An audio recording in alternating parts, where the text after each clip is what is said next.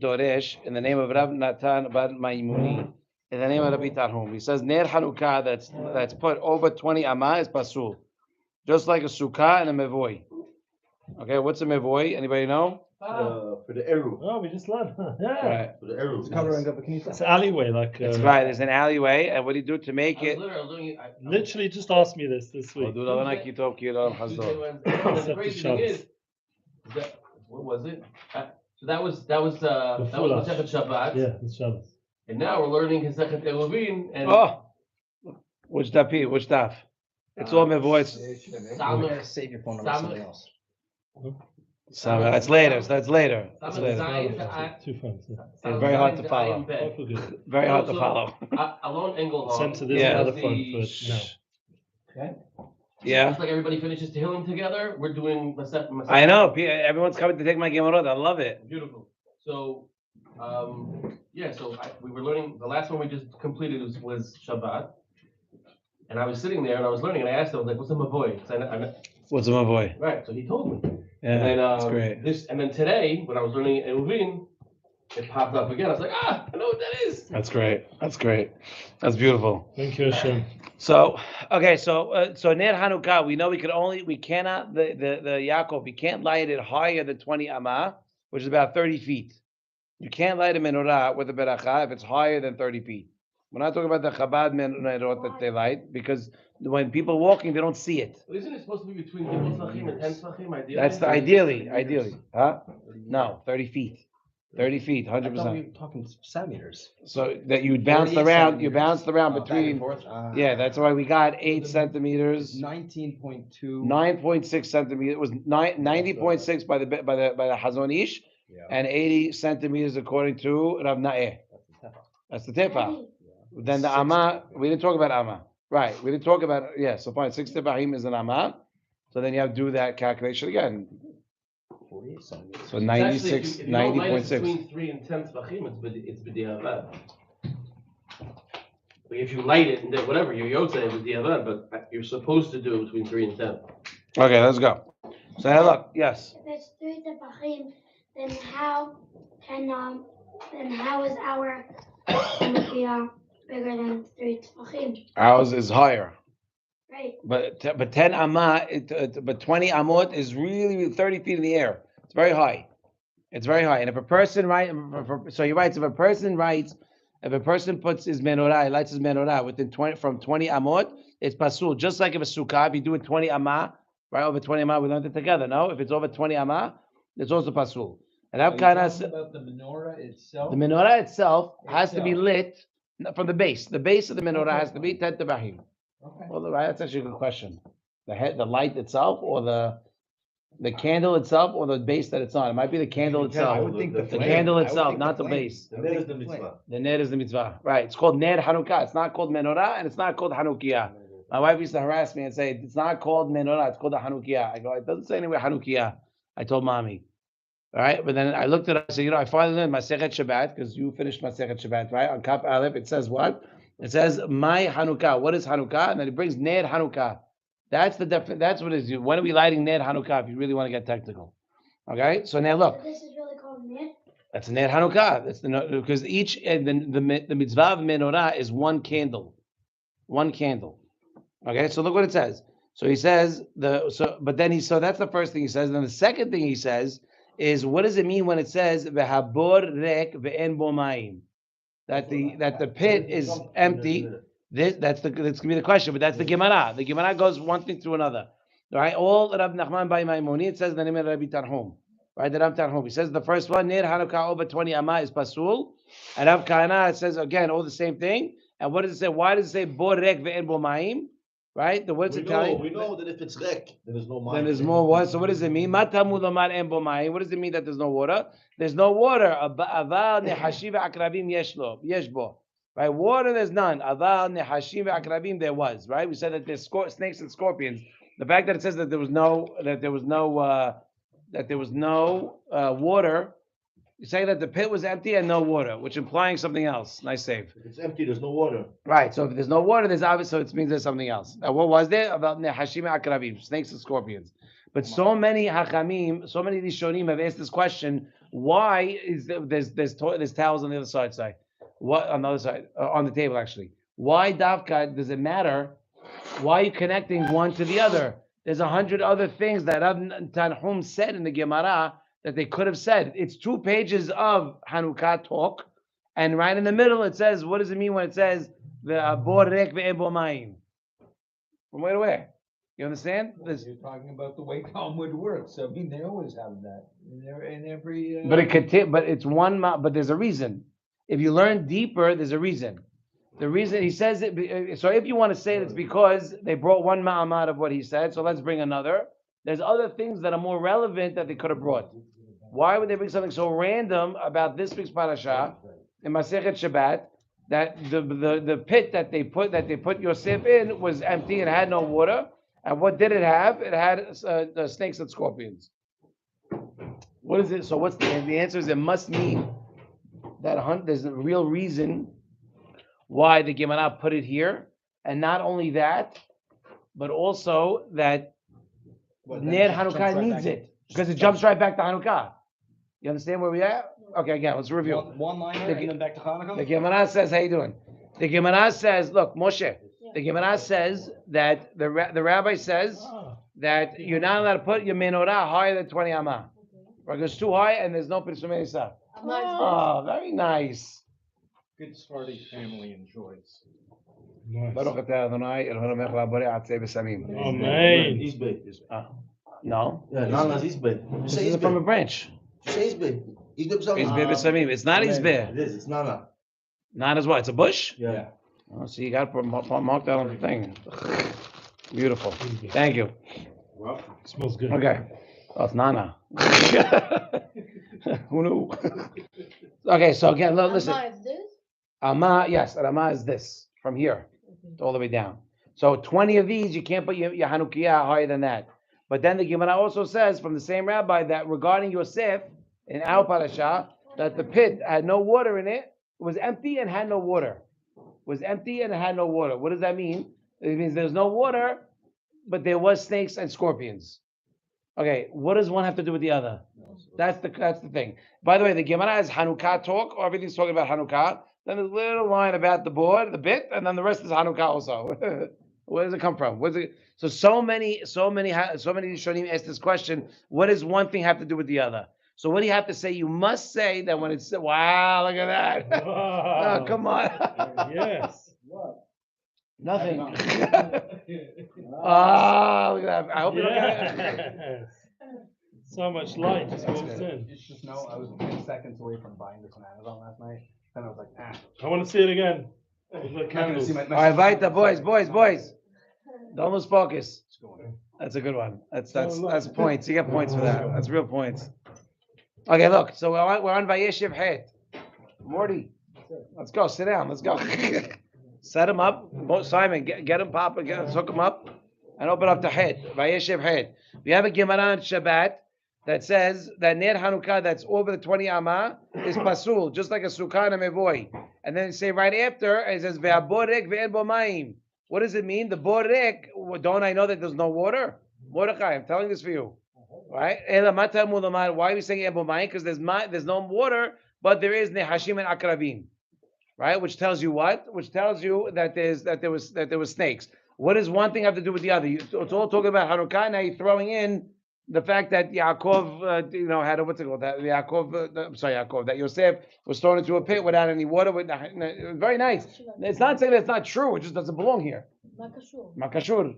Exactly right. So what do you have to say? You have to say that when it says Ve'aborek, the Gemara needs it over here for Ner Hanukkah. Why? Okay, hold on.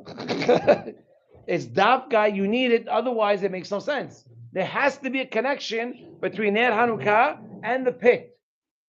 And if there's no, and not only if there's a connection, but the Gemara needs to have it here because the Ner Hanukkah needs to know about the pit that Yosef was thrown into, that there was no water and there was snakes and scorpions. Yaakov, you with me? Of course I'm with you. I like snakes and scorpions. Right, but the fact is that the Gemara needed to put it here in order to learn for Ner Hanukkah. So what could it be? So let's see. So by the way, first you have to understand what is the reason why 20 amma is no good. Why a menorah over 20 amma is no good?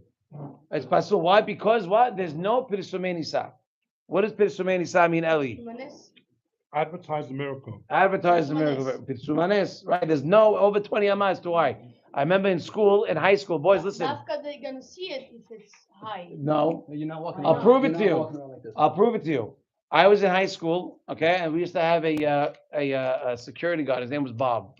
Okay, now Bob was sitting in the front, and he was a security guard, very nice guy. And it was an atrium, and across was the Beit Midrash. The door size was the same as this, and I was a senior, and he tells me, he goes, you know everything about we started talking. He goes, I bet you don't know what's written above the door. I'm like, what? I look up, and yeah, there's something written on top of the door. Who knew? I didn't even know. And that was only 8 feet high. So forget about 30 feet high. If it's not in your line sight, you're not going to see it. If you're not going to see it, then there's no Pirsumei Nisa. There's no advertising of the miracle. Okay? Well, the only reason I'm laughing is you go to a grocery store and the products, the people that produce the product, they pay to be at Eye level. Eye level. Sure. In supermarkets. Yeah. In supermarkets. If That's you what it is. live in a big building, So if you live in a big building, you have no choice. You light in your window towards the Shut Arabim because you have no choice. It is So what it is. Pirsumanes is also to your family as well. Right. There is Pirsumei Nisa for the family. Correct. So now again, why over 20 amma is pasul? Because there's no Pirsumei Nisa. But even on this is a problem. For the schach. The schach, yeah, we said it in the Gemara.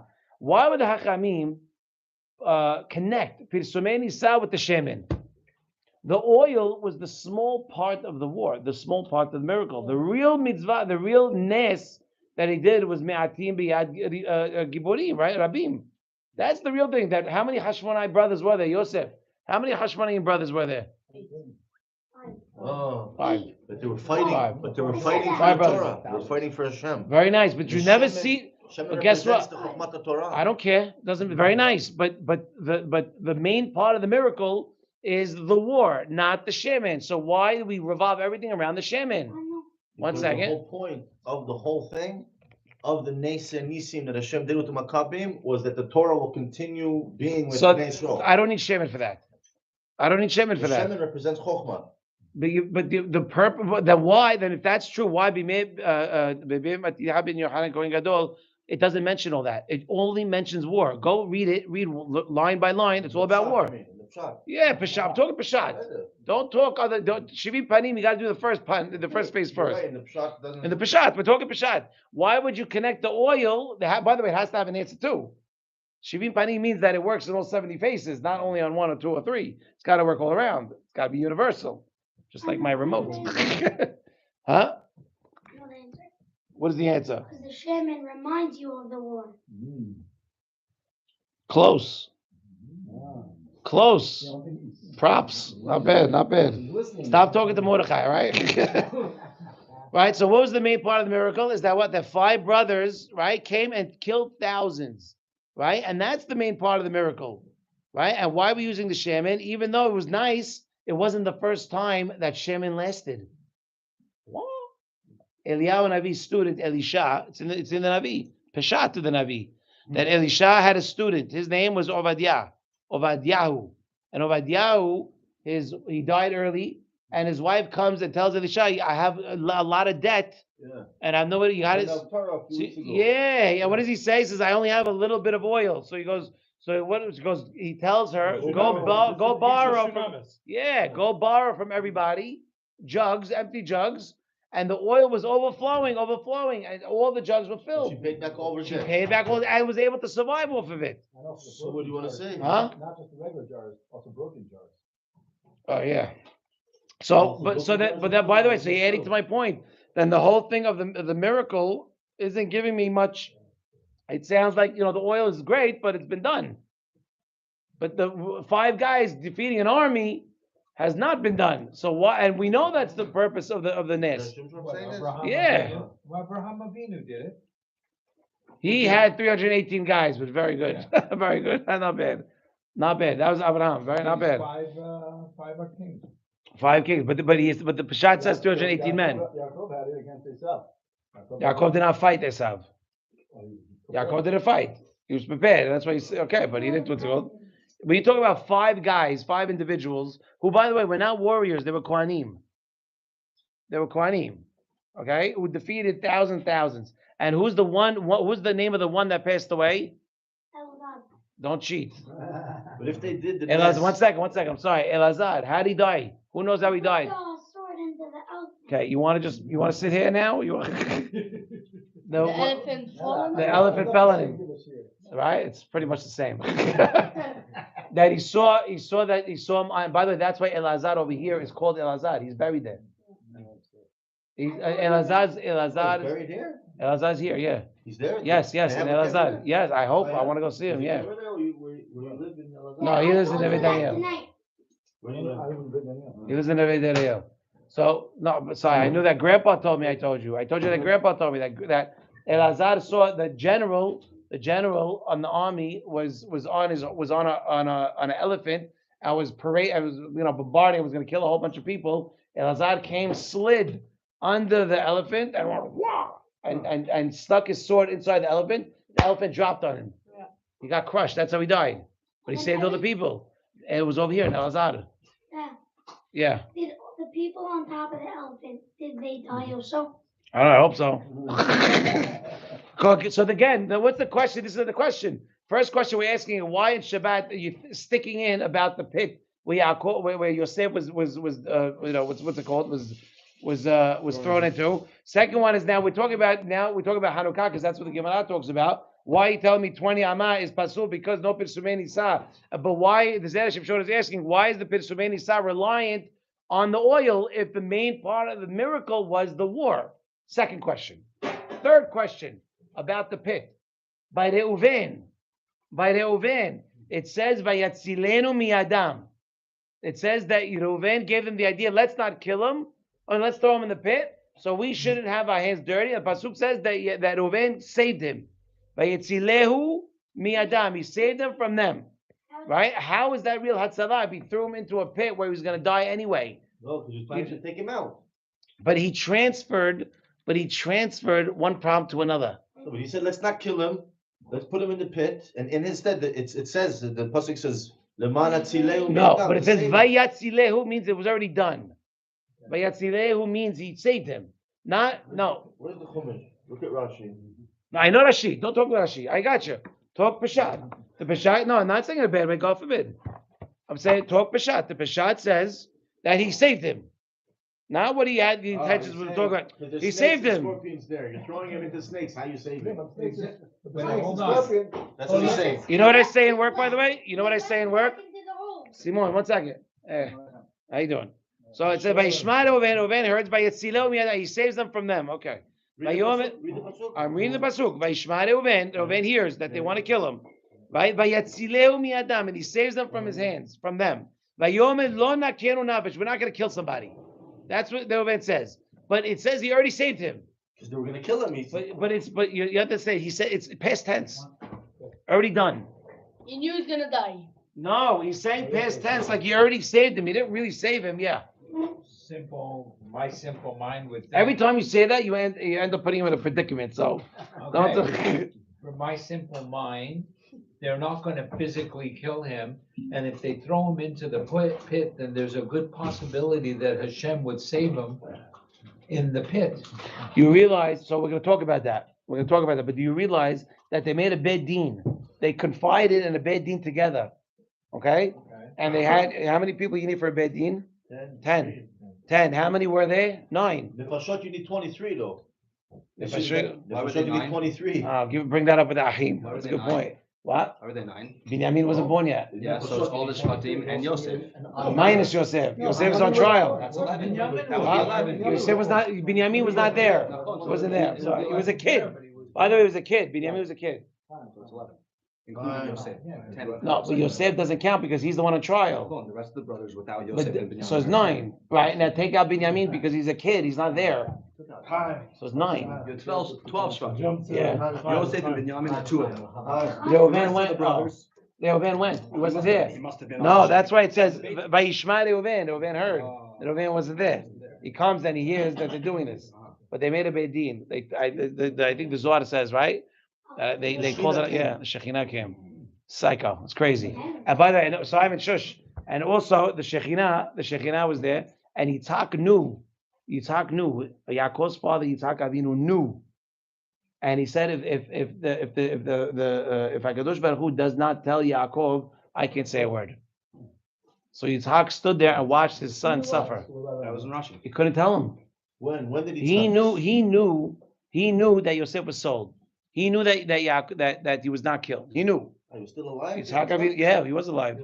He was alive. In last week's Parsha, they say They buried him. It says when they said that he died, Zelo Bezmano. They said that just to. Right. Yeah. Because he lost his sight, and it's like he's dead. Right. So it says by Yitzileo. So what the question is, how are you going to tell you by Yitzileo if you didn't really save him? Rashi on this. The Rashi said this. That Yitzchak said. Yeah, Yitzhak knew. He knew. And he said, if Hakadosh Baruch Hu doesn't do anything, I can't do. Who am I to do something? And that's why he wasn't mourning.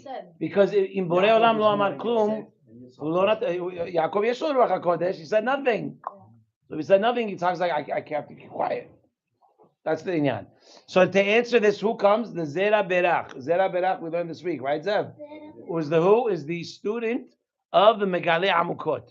Student Of Megalei Amukot, okay? He brings a midrash and says that there were two pits.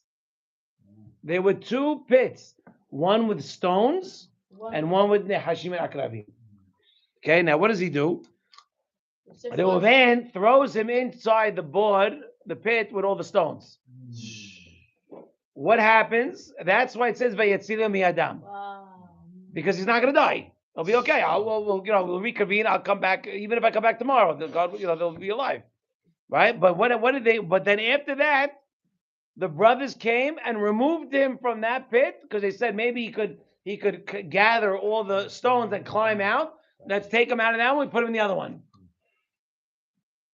Okay, crazy. But Reuven is the tzaddik here. Well, then, yeah, he had good intentions, which we're going to talk about also. The midrash, this also, he brings you is samuch to is semech min hakatuv, because what does the pasuk say? En el habor hazeh, this pit, not the pit, this pit. When you say this pit, that means there's more than one. More specific. Who said habor hazeh? The pasuk says habor hazeh. Reuven, when he put it in, or afterwards. Tell me. Look it up and tell me. For me, open up the thing. It's there. I think. No, it's not there. You got to go back. Perek Lamed Zayin Kaf Aleph. Bless you. So now, even though you have this asmachta, call it, it's not proof enough. It's not strong enough. Yeah, who says that? You asked the question. You share the class. Abor hazeh. Don't put him in this one. This pit. Let's put him in the other one. No, don't put him in this pit. No. Right, fine. Put him in this pit. Fine. Put him in this pit. And not the other. Now, which means, imagine you come over and say, sit down on this couch. What other couch is there? It's over here. Just sit down there. Right? So even that is not enough because it's not that we don't have you can't prove the pasuk that's black and white with the midrash. You need more than that. It's not enough. So if that's true, then the question returns to its original form. Why does it say Vayetzileu miyadam? Why did it say that he saved them by their hands? You said you put him in To borot. Yeah, but Zera Berech is bringing. It's a midrash, and it's not enough. It's a remez because it says abor hazeh, this board. It's true. It's nice, but to answer a black and white pasuk, you need more than that. So really the question returns to its original place. Why does it say that he saved Yosef? Right? And by the way, and even you could say, how is it possible that the brothers could sell Yosef after they pull him out and they see that the Hashim and Akrabim didn't touch him? You want to say they didn't know when they threw him in, no problem. But when he pull him out, it's like, oh my God, you don't understand. You don't know what's down there. They should have realized that he's a tzaddik and he's innocent because Hashem made a miracle and didn't allow the Hashim and Akrabim to touch him. When you're angry, you lose lose all sight of everything. Who's angry? Yosef wasn't angry. The brothers were angry at Yosef. They- That's why by they the way, had to begin with. No. Where does it say angry? Where does it say angry? It says they slew it to her, they hated him. They hate it. It's not angry. Sorry. No, I'm sorry. Okay, when you hate somebody. Does not mean you're angry at them. When you hate somebody, you lose all sight of what's going on. I don't agree. Mechila. I don't agree. Mordechai, what do you I say? think Mordechai I agrees agree. with me. Why? I disagree, because. Oh, there you go. No, because angry doesn't mean that you're. Doesn't angry, does it constitute hate? When you hate somebody, you look at them in a different way. I hate the Muslims. Am I angry at them? No. I hope they You're not burn. angry at the Muslims? I hope they die. I'm angry? What? Angry? Get rid of that. Let's Not not go there. angry? Let's not go there. All right, fine. Nazis. Let's talk Nazis. Let's go to Nazis. You're not angry at Nazis. It's not the word I would use. You're Yeah, angry at them because you love who you love. No, you hate and love are two different. No, hate and love are the opposites. You're angry at what they did. You're angry at what they did. And because of what they did, you hate them. So this is what I need my father to split these hairs. Ohavei Hashem sinura. David HaMelech. Ohavei Hashem sinura. Sinu, fine. I'm agree with you. Sinura, I'm good with that. No, excuse me. No. He says anger. You're angry at I don't them say because anger. what they Hatred did. and anger are not the same. I'm saying anger is not. I never went to university. I don't know. I never went to university. I Why do don't you know hate? these things. You hate them, Stam? No, Why I do you hate. hate them? I hate them because they of what represent. Because of what they did. No, because they represent the antithesis of the Torah, the complete opposite of the Torah. That's why I hate them. It doesn't mean I'm angry. I'm sorry. That's great. That's me. I'm saying. Anger is one of the tools of the other side. Hatred. It can also be, anger is not only the tool of the other side, it also says, "Vayichal af Hashem." There are times when we're allowed to be angry. Yes. Where we're supposed to be angry. When someone is speaking up that's against your cool. Rav, when someone is speaking up or saying something against Judaism as a whole, you're allowed to get angry. You're supposed to get angry. Great. So you're allowed to get angry. I didn't say you're not. I agree. B'chol levavecha. Very nice. I'm good with that. I'm just saying hatred and anger are two different things. All right, Take that aside for a second. They hated him because they. Now, when you look at a Nazi or an Arab, you can look at them You can look at them as justifiably, and you could say because even though you hate them, you can look at them the same way you look at a Jew. Sorry. In all the midrashim, okay. I'm saying, and everywhere. Oh, you know what? Let's ask the rabbi. Let's ask that. I'm asking Charles. I'm sorry, Mechila. I'm sorry. Just because I want to keep going. Who are you? Who is? There's hatred. Did the brothers angry at Yosef, or they just hated Yosef, or was that the same thing? Parshat Pshat of the pasuk is they hated him. It's pretty obvious, given the madrega of the Avos, that they didn't hate him mamish. That there was something else going on. But By the way, I'm sorry, man. You can't hate a Jew. There was. Go ahead. You're saying what? Okay, let's move on. Fine. No, let's not. You can hate a Jew. Don't make me edit another video. No, editing. Hold on a second. If you look at somebody that you hate, can you judge them without any bias? Oh, I need a new. What does that mean? If you one more time. If you hate someone, Your view of them will be slanted. Judge them without bias. No. The answer is no. Okay. So because they hated him, they didn't judge him as a tzaddik because they couldn't because there was a bias towards him. Doesn't mean they were angry. That's not what I'm saying. So what are you saying? I'm saying that because they hated him, they couldn't see that he was a tzaddik. Yeah. Because of their you bias. started talking. You started talking. Okay, fine. No, that's better than what you said originally. I was rectifying what I was saying. Okay, so say you're rectifying what you're saying, and I can understand. You didn't say that. You just tried to cover up. I'll take what you're saying now. That I'll take. But not anger. No, Not anger. The point was that you wanted to say that they couldn't see there was a tzaddik. Correct. You want to call it. By the way, can I make a point? The point. I didn't even get through the answers yet. I'm only on the questions. That's good. Okay. The second part. Okay, we're good. So the question was, why, if he was a Sadiq, right? That because why would they continue to sell him?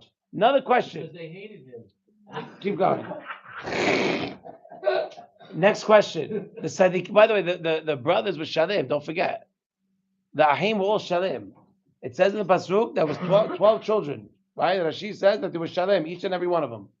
So they're not like me and you that have, Hey, well, it says Therefore, that if Aruch they're going to be a bedin, they're going to be a bedin shalem. They're not going to be biased. There were 9. By the way, I know we talked about it. They had it already here. Okay, Right, let's but continue. No, but it's the same thing. It's Right. still living here. He's right. It says Aruch Apam, Yaakov Avinu told him. Aruch Apam. Yaakov Avinu cursed. Everyone thinks that I know, Shimon no, Levi. He no. cursed Shimon Levi. He cursed. Their Apam. anger. I know that. There I know was that. anger. Here Okay. and by Shem, both places. Okay, no, here or by Also Shechem? here that anger. They How do you hated know? him. He's right, Joseph. Where does it say? Look inside. Yeah, right. Very good. I love Take it that. from I love last that. I'll week. take it. Okay, let's go on. Next question. Why did Hashem have to testify? Look inside. If you look inside, it says that Hashem had to testify that you should know why Reuven, right, was saving Yosef for the right reasons, not for the wrong reasons. Right? It says that you should know that the Ruach HaKodesh, she writes, if you look inside, it says, Ruach HaKodesh le'a'id al Reuven, she'lo amar zot, he didn't say this only to bring Yosef back to his father. Okay, like Rashi says, le'man itzil oto miyadam, wasn't for any other reasons because he was the firstborn, and they're going to say that I'm going to take the heat, so let me just get him out. That's not the reason. The real reason why he took him out was so he could take him back to his father. Why did the Hakadosh Baruch Hu, the Ruach HaKodesh, have to testify? We're going to get to. There's a reason. There's a real reason why. So these are the questions. Huh? Testifies to it to say. Like if Daddy comes home and I say, "Who did this?" and then you say, "I." Then Cheryl comes down and says, No, he didn't do it. He didn't do it." So she's saying, she's testifying that you're innocent, even though I know something's going on. So again, we have one more time. Last time we're going to review. We're on Het. We have a Gemara in Shabbat that says that Ner Chanukah that's put over 20 amah is pasul, just like Sukkah Mevoy. Another ma'amad from the same rabbi is that it says habor rek ve'en bo ma'im. Why does it say habor rek? I know that there's no water.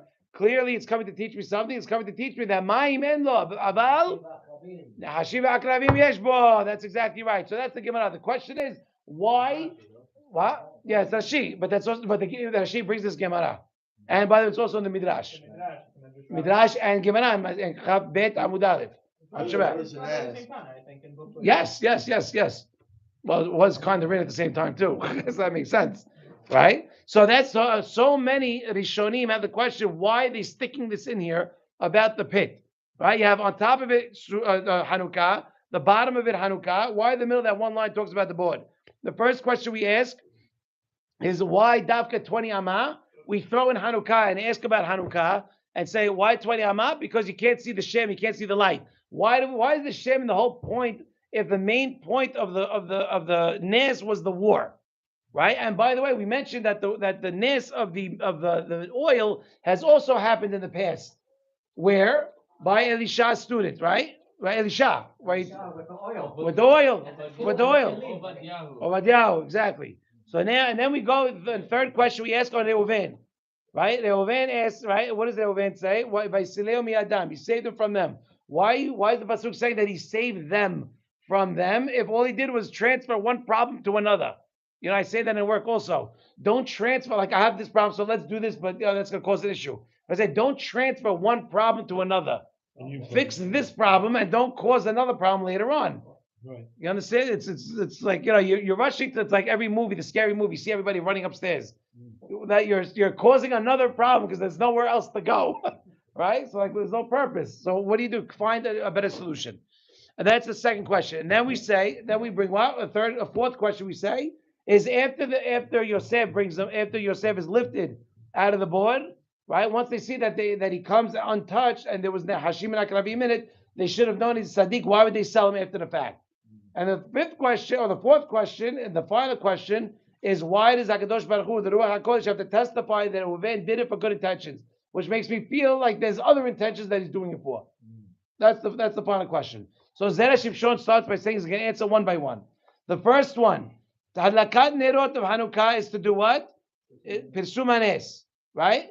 But not only because they found the menorah levado, right, bilvad, the nerot are hinting to the teshua that came to Israel from the oivim, right, from the enemies. It's the shemen symbolizes that of the Yeshua that we had, which means what? In the Midrash it says the hoshech al penei tehom. What is hoshech? Yavan. In Bereshit, The Midrash says, right? By the way, everything is preordained.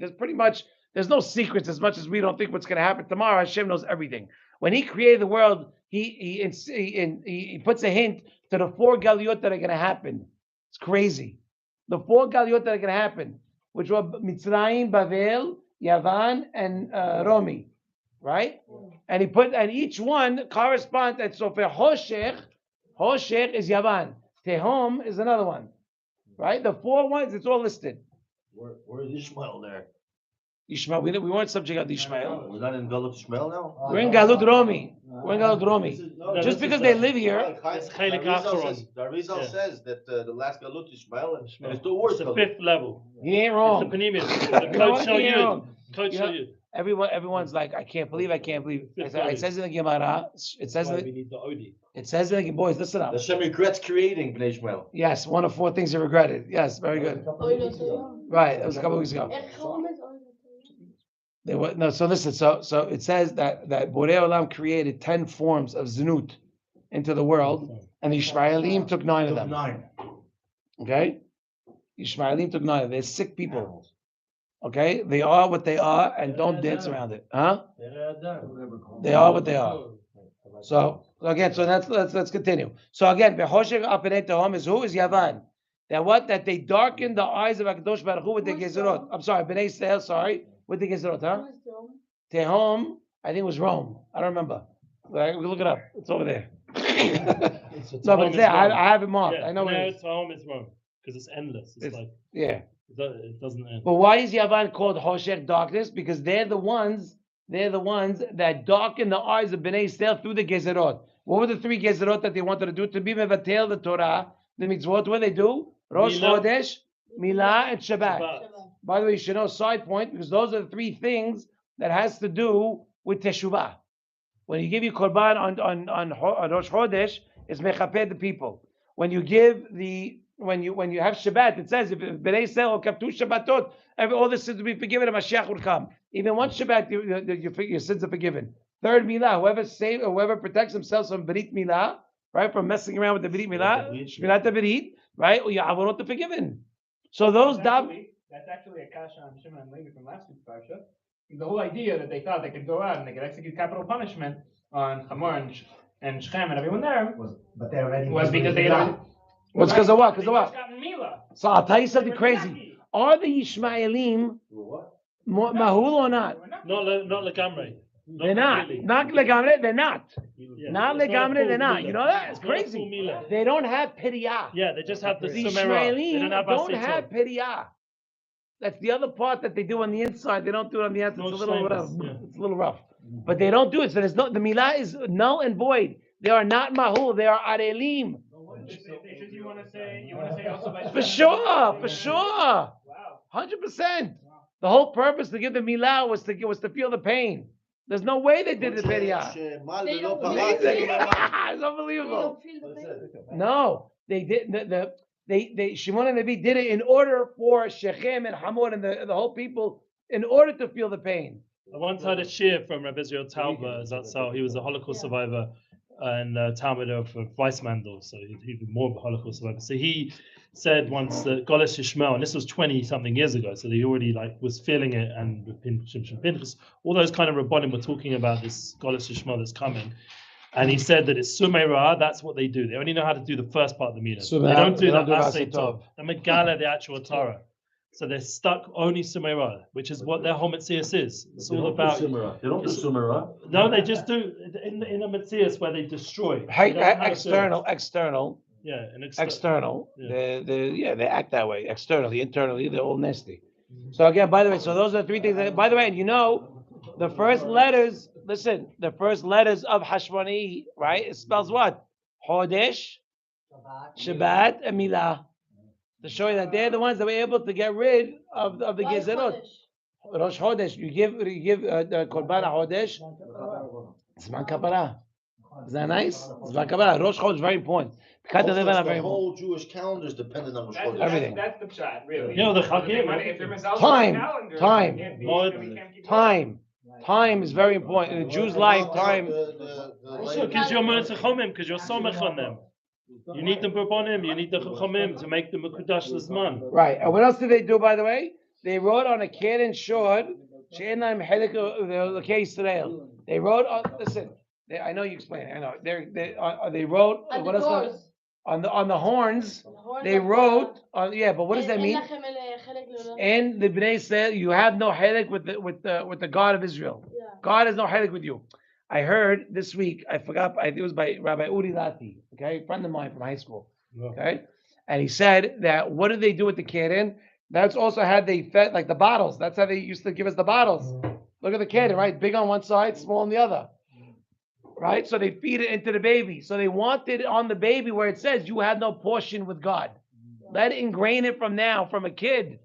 That they have to ingrain. You know, they say, by the way, if you want your kid, they did an experiment. They put a bunch of parents that were mothers that were pregnant and had the kid, and they had them playing Beethoven all the time while the kid was in the belly. They did the experiment later on. They were all geniuses in math. They said that one of the kids, the boys that was killed, his mother when she was pregnant, guy from Beit Shemesh, the American guy, he was killed. The mother, when she was on bed rest, she learned Shmirat HaLashon. The parents both said that he never spoke Lashon Hara since his whole life. So wait, what did he say? Say that again. Wait. She learned Shmirat HaLashon She was, yeah. when she was pregnant. Wow. Unbelievable. Unbelievable. I became very sensitive to hearing things that I wouldn't be sensitive to hearing in the past. Yeah. English music. I became very sensitive to it. I can't listen. I can't. I became very sensitive to it. On the Zera Shimshon, you're right. No, I don't. I don't like. I became very sensitive. I don't want to hear it, man. When you look, if you're going to be makpid on your time, you be careful with your time. You could grow way farther than you think. Exponentially. Really. Good one. You have okay. What'd you do today? You went to school? Yeah. Well, you came home? I didn't go. Oh, problem. What'd you do at home? I drove. Drew? That's I good. did Birkat HaShachar. Good. Think about what you did. Think about what you did. Think about this is important because this is for the men more than the kids because the men understand the value way more than kids do. I explain value to my kids; they don't get it yet. Only when they get older, and I say bye, you're on your own. Then all of a sudden, because I don't have the energy or the bandwidth for all that stuff. nah, please, they're too busy. Right. So the value of time, what you could accomplish, if Torah changes who you are and increases you, you know, I'm going to be doing Parasha. good. I did Tikkun HaKlali. Everything you did on Torah helped you grow. Everything you didn't do in Torah is going to be done today, forgotten tomorrow. You know what I mean? You're on to the next thing. I went to the shul. Beautiful. I love it when you come, by the way. All right, let's continue. So now we're talking on what? That this is what the first one that we answered is that the Nes of the Shemin isn't exactly only about the Shemin. It represents something much bigger. It's that we were saved from the Gezerot that they covered our eyes with, right? They tried to darken our eyes through the Gezerot, which was what? Shabbat, Rosh Chodesh, and Midah. Right? And so then we're saying, what's the real Nitzahon that we had? Is that we Yatsu me'afela le'ora. That we were taken out from darkness into light. Right? Which means what? Which means Afela is dark. Afela is dark. Afela is darkness. Okay? It's the depths of the D, like the sea, like it's real dark. Right? And that's Davka why we light with the Shemin.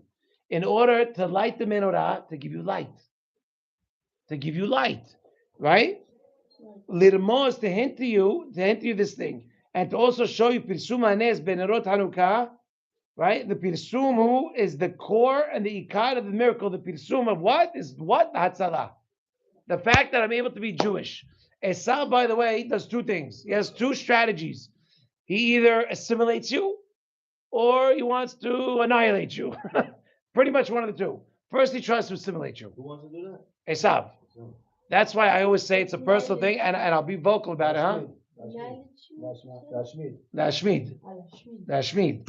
First, he wants you to be like him, and then after that, to be a goy. And if you don't want to be a goy, I want to kill you. I want you out. It's himself. He wants you to do averas so that then he can get you. Right. Like the Yevanim. Exactly like the Yevanim. Yeah. So that's why culture and society are two very different things. Shimon, you agree? But they only wanted to keep. Think about it. Society, huh? Yes, sir. Society is being a part of society, having a business, working, being part of society, living, saying good morning. That's society. Culture is something very different. What is culture? Culture is music. Culture is theater. Culture is, I don't know what, the stadiums, shows. Is the Torah our culture or no? Poems? No, culture in general. The definition of culture. Can I say my culture is Torah or it's against the word culture? We are just in existence. The Torah is who we are. So a guy called me once and he asked me, he goes, I have a problem. I want to hear from a Torah perspective. So I told him, stop right there. I go, if you're calling me to ask me what the Torah perspective that means, you're putting in other types of perspectives. I don't like that. You understand, you can't be 1 foot in, 1 foot out. You have to understand that everything is inside the Torah. Well, it's like Hirsch makes a very good point in his Hakdama to Choreb, which I think addresses your question about, can I say Torah is my culture? So, Choreb is basically Hirsch's Hashkafa, and he says, I'm here to present you mine, but I don't care what yours is, right? As long as you're operating in the framework of Torah, you find whatever Hashkafa helps you connect to the Ribono Shel Olam, and you're kosher, right? Which is actually like a. But what's the goal? And what's the goal? And the goal is to end. What's the end of the day? Don't cut your connection. Just make the connection. Work in the framework, right? Like if you've got a connection with the Ribono Shel Olam, you bring Shomer Torah and mitzvahs, you're good. I agree with and so it's actually a very progressive, it's a very progressive statement on Rav Hirsch's part, considering who he was talking to, because he was dealing with Reform Jews at the time, not because he's talking to Reform Jews. Because he's talking to Reform. By the way, the Reform Jews are going to get zakat for what they do. But you can say that to non-Reform Jews as well. Exactly. You can say that to people at this table as well. We're not Reform Jews. And saying the fact that he's saying that to Reform Jews doesn't mean it's not applicable to us at this table. But we're going to understand. We're going to understand it differently than that. We're going to hear those words very differently than they hear it. I don't know. In terms of, we're gonna receive it differently. Meaning, yeah. But it doesn't necessarily mean that it's not applicable to us as well. Okay, fine, yes. Just culture, the definition of culture. Listen. One at a time. Society is a collective of individuals. Right. Hey, Yaakov's talking. Yeah, go ahead, Yaakov. Society is a collective. Boys, listen up. A society it's like my Shabbat is table. A collective of individuals. A culture, however, is like really the customer beliefs, social forms, and material traits of a racial, religious, or social group.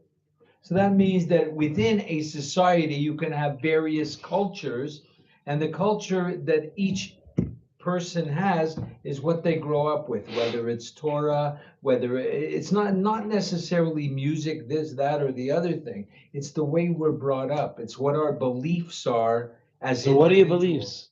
Our beliefs. Torah. Exactly. So that's who we are. But I wanted to say a point. The reason why I was asking, could you call it a culture or not? Because a culture is something that you want to be into soccer. Go play soccer. You grow up in soccer. All right, let's move on. Fine. Let's move on. The Torah is part of our neshama. But we're born with. That's what I'm saying. That's what culture There's a lot of different ways to connect to Torah. I think of it like this, right? The Torah is the car, right? Like society is the car. It has to get you from point A to point B. But the make, the model, the color, all of these things are going to change from kvutza to kvutza, right? Hasidim, Breslover Hasidim are going to look very different. From Chabad Hasidim are going to look very different. That's true. From Mormons in Utah, right? Like everyone's going to have their own shlav. But the inyan is, right, is it going to get you where you're going? And if it gets you where you're going, then you can kind of find your own derech. You can find your own kvutza. That's fine. I agree. Really I agree. It's all Torah, except perhaps Mormonism. It's all Torah, right? You have to find as long as you're in line with Torah and your Shomer Torah and mitzvahs, so you have to find whatever way the Ribono Shel Olam connects with you, you connect with him also. It's really all about connecting to Hashem. At the end of the day, all the mitzvot, the Torah, the purpose was to connect. That's why you have the Gemara where Rabbi Yehuda says, Yesh koneh olamo b'sha'ah achat, v'yesh koneh olamo b'kol, like their whole lives they spend trying to get their olam haba, and other people grab it just like that. Because an incident comes, the Baal Shem Tov is a story about the Baal Shem Tov, who asked who's Habruta or who his neighbor is going to be in Olam Haba, and they told him a certain guy in this town. No, not that guy. Different. And he goes, who is it? This big, in Arabic, Jahash, a big fat guy, 300, 400-pound guy. And he says, you so and so. He goes, yeah. He goes, are you going to be? He goes, that's you. He goes, yeah. He goes, can I talk to you? Like, I have a question. This is the Baal Shem? Baal Shem Tov, yeah. So he tells him, he goes, what have you done? He asked him, did you do anything special in your life? He goes, not really. He goes, I'm not particularly religious. He says. So he goes, so he goes, there's got to be something. He goes, the Baal Shem Tov's not leaving. He goes, there's got to be something. He tells him, well, there is one thing. My father was burned at the stake for being Jewish. And I said, when they come for me, and he said he was there. And everybody waited till the body burned. And he said that when they come for me, I'm going to make sure I'm so fat that they're going to have to wait a long time. The guy was 300, 400 pounds. So Baal Shem Tov said, now I understand. It's about what you're willing to give. How much of your life are you willing to give to HaKadosh Baruch Hu? That's what it's about. You're right. No, it's not about did you wear black or white. It's not about the questions that everyone in today's society thinks they're going to be asked, or today's culture think they're going to be asked. It's not that. It's the things that you don't even know. That's the key. The things that you do that you don't even know to bring up. That's why you see the Gemara also. Who is a ben olam haba? They'll ask the guy and say, "Oh, nothing," but then they have to ask him again because he has to come up. He has to think even harder. It's not something on the surface.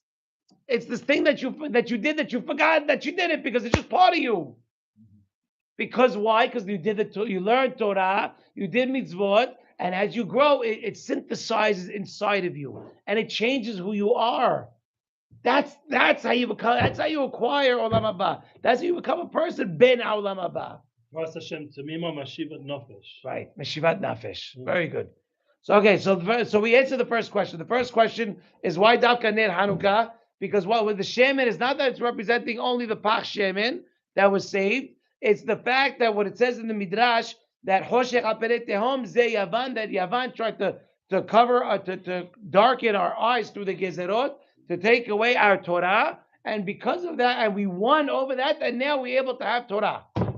That is the reason of Hanukkah.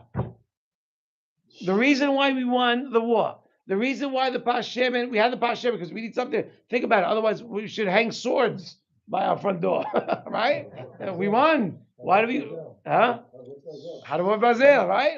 So why Davka, Larry? Why do we use Shemen? We use Shemen to represent, yes, the Pach Shemen that was found, but there's a deeper meaning. Why? What did Pach Shemen represent? It's a mitzvah. The Pach Shemen is a mitzvah. Ner mitzvah Torah or. We took it out from me'afela le'ora. That's the first question. Second question. Why? By the way, so he diverts for a second and says, why do we even ask? Why do we have to say thank you? Why do we have to say thank you to Hashem? Why do we have to say thank you? Hashem put us in a galut that was so harsh that, there's a Gemara that I love.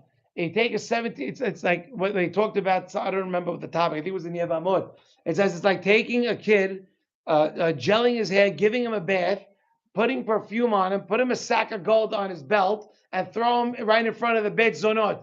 The Gemara says, what do you think's going to happen? I was like, so that's the same Gemara of Rabbi Yehuda with the mother. And Rava. It's a great one. It's a great daf. Right? Meaning that what do you think's going to happen? You put us in Yavan that's going to be so tough on us. What do you think's going to happen? So why do we have to say you have to take us out? You have to pull us out. It's not fair to put us against, to subjugate us against something. By the way, the Siftei Kohen brings a proof. He said, why were we Davka in Mitzrayim? Why Davka did he take? Why was Mitzrayim the one that was Zochet to get us for 400 years? No, he has more. Don't worry. So say Chani's it's fattening, right? The earlier one. There's two shachs. The first one. He says, "What? Leave it open. I'll leave it open. It's hot." So he says, "What?" The Siftei Kohen says, "Why Egypt? Because the reason why Hashem designated Egypt was Kedesh Shelo Yamiru Datam, because he knew that we would the Mitzrayim would not take away whatever Yiddishkeit we had. We kept our names, didn't we? They didn't. Why? Because they didn't like us. They hated us. They despised us. They didn't even want to eat with us. We were at the 49th level of the Tumah, but that's different. That's how we did that. That we did that with the Mitzrayim. If the Mitzrayim came and tried to demolish our Judaism, take away whatever Torah that we had, right? It would have been much worse. We would have been way past the 49th level, much quicker. Much quicker. Look, every time you say someone's name, you're mashpia the name into the world. That's a mitzvah. You're bringing stuff out in there. You understand? Why does everybody come here and they change their name in Hebrew? So I tried to tell my kids, but they didn't take it. The Pittsburgher Rebbe asked me once. He goes, because he called me Shaul. He goes, Shaul, you gonna change your name now that you moved? So I told him, I go, Rebbe, when Ula used to go from Bavel to Eretz Yisrael a lot. I go, when he went, did he change his name? He goes, no, his name was Ula. I go, that's whatever. My name's my name. I can't change it. It is who I am. So half of Ephrat today knows me as Shaul. Half of Ephrat today knows me as Charles. I'll tell you a quick funny story. When I was living in Yeshiva with Rabbi Katz. Yeah. Our Rosh Yeshiva was Rabbi Robin, Rabbi Chaim Robin, very shallow, Amen. and he would say to the new guy in the Yeshiva, he goes, what's your name? And the guy would be like, Menachem, whatever it is, you know. He goes, what's your real name? What's your real name? Alex. Peter, right. Whatever, you know. All right, Peter Stone. Right, exactly. Be real. Be real. Be who you are. So the question is, why do we have to say thank you to Hashem if Hashem put us there in the first place? Right? And we bring a proof that Hashem cares about where He puts you in Galut. And even a bigger proof, by the way, there's a Gemara in Gitin, a great Gemara, where Rabba Bar Hana was sick. Remember this one? Rabba Bar Hana was sick, and two of the Tarim came to go visit him, and it was the Persian holiday, very really connects with Chanukah. There's a Persian holiday, Kivyachol, that no nerot are allowed to be lit outside, with the exclusion of the Persian temple. All the lights that were done outside have to be only in the Persian temple that night. So a Persian police officer came to make sure that everybody's doing it, and saw this light and grabs it. And Rav Bar Hana says, he goes, it's better. He makes it think better that we should be under the shade of God or under the shade of Rome, because they're not as bad as Persia. Because Persia is the worst. So Gemara says, what are you talking about? The Rome was much worse. They destroyed the Beit HaMikdash. He goes, yeah, but the Rome of yesterday was weaker. The Rome of yesterday was weaker compared to the Persian rule of that time. But later, 70 years later, or whatever it was, Rome was much worse than Persia. But at that time, what does it show you? That Hashem is supposed to put us under a lighter form of Galut. A lighter, by the way, Rabbi Miller says, he goes, the Galut that we have in this world is nothing, it's sweet. He says it's sweet. American Galut is sweet. He goes, we're not scrubbing toilets. We should be the nastiness, the low guys of the generation of the, what's it called? Look today, 6 million Jews killed. That's no, Rabbi Miller lived after the Holocaust. About America. He's talking about America. It was 20 years ago. He says we have it in America. We have it sweet. He says. Yeah, they had it sweet in Germany too before the Holocaust. That's a very good point. He didn't say don't leave. That's not what he said. Something was sweet. Do you have any donuts left? I could bring one to my wife. No, they're dairy. My wife said they're upstairs. I didn't bring them down. Tomorrow. Want over tomorrow? Yeah, but you can't go upstairs. It's for her though. She hasn't eaten any meat. No, they're upstairs. They're all upstairs. Oh, that's fine. So then Tomorrow come. I have a whole box. I have 6 of them. Gotcha. Okay. You know, she's like, you sent me a text like, is she giving birthday? She giving birthday? It's mamish like any day now. Okay. Shana Tova. Shmir Zechut. So what does it say? Shabbat Shalom. So what does it say? So by the way, it also says Sanhedrin, if a person kills another guy, right? If a person throws him in a pit, okay, or in a fire, or in an ocean, and drowns him or kills him, is he hayab? It's hayab. That's a very important point. That even though you didn't do it directly, you did it indirectly, you're still hayab, right? That share and anu yechulim. That's it, right? Because so this is a crazy thing. All right, you ready? I'm glad the crew's a little light tonight because I can't handle too much yelling. I'm gonna go for it. Where are you? No. Where are you in the book? Ella? Taf Aleph, Ketuvot, Kof Aleph. Yeah, sit next to me. You did the whole part in this whole part Yeah, in English. yeah. Go to the next line. Right? The truth is, we're not allowed to leave. Are we allowed to leave Galut or not? Don't worry, Yaakov. No, I like to put you on a roller coaster. Don't worry. I got you covered. The only reason I'm here is my wife said she's coming to Israel. You want to come along for the ride? Fine. You don't Right. You want dinner tonight? No, it's gonna be in Israel. So the pasuk said we have a pasuk that says Nishbati etchem benot Yerushalayim, right? It's Shir Hashirim. Says if anybody tries to right, right? Asher tahpas, right? Until it's ready. What's tahpas? Tahpas means until it's ready. Till it's desired. Till it's desired. You can't. When is Mashiach going to come? When the majority of Bnei Israel are living in Israel. Okay, so then if you're in Galut, then you. But we have an oath that we said we will not expedite the Geulah, which means there's a Gemara in Ketuvot that Rabbi Zera was in Babel. I know, but don't you think that oath is done after 2,000 years? Do we still hold by that thing? May I speak? Why does it expire? Of course it expires When? after 70 years. No, what are you talking about? So by the way, you don't want that. Then what? Then the promise B'rit Betarim is gone? If the Jews come from America now, like, oh wow, like, So don't what? do it because Excuse we me. might have the Geulah. Hey, what about B'rit Betarim? For 70 years, everything goes. What? What? I'm sorry, what? Beri, you said that all the Shavuot disappear after 70 years. Beri Beri was a Shavuot from Hashem. That's before the Brit Betarim, Shalot Talu, but that's afterwards. That's the Galut Mitzrayim. Tell me the Galut Bavel. You have an allusion to the final Geulah with Yaakov. You have an allusion to the final Geulah with Yaakov. So No dice. You're saying now. Let me speak. I said, I looked at Zev and I told him, I don't know if I should do it, but I said, you know what? It's Chanukah, it's a time of miracles, I'm going to do it. So shush and listen. Listen, for real, listen. There's a Gemara that Rabbi Zera wanted to go to Israel from Babel. Rabbi Yehuda did not want him to go, so he avoided him. No, it's 2,000 years ago. Stop and listen. You're going to keep that. Listen, please, listen to me. Yeah. Scott, listen. He tells it. He tells it. He's talking 2 hours now. Let me talk. You shut me up every time I say a word. Tuesday. Hello, listen. Wednesday night by your house.